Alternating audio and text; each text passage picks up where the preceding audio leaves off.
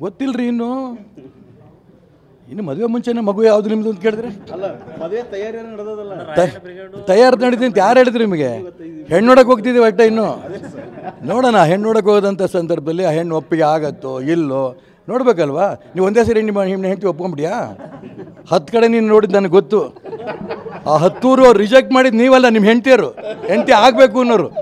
ಆಯಿತು, ಈ ಪಾಪ ಈ ಹೆಣ್ಮಗಳು ಒಳ್ಳೆ ಸಂಸಾರ ನಡೆಸಿದ್ರೆ ಒಳ್ಳೇದಾಗಲಿ.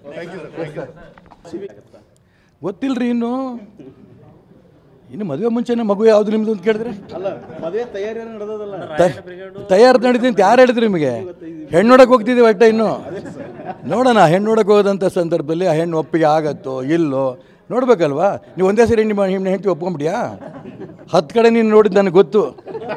ಆ 10 ಅವ್ರು ರಿಜೆಕ್ಟ್ ಮಾಡಿದ್ದು ನೀವಲ್ಲ, ನಿಮ್ಮ ಹೆಂಡತಿಯರು. ಹೆಂಡತಿ ಆಗಬೇಕು ಅನ್ನೋರು. ಆಯಿತು, ಈ ಪಾಪ ಈ ಹೆಣ್ಮಗಳು ಒಳ್ಳೆ ಸಂಸಾರ ನಡೆಸಿದ್ರೆ ಒಳ್ಳೇದಾಗಲಿ. ಗೊತ್ತಿಲ್ಲರಿ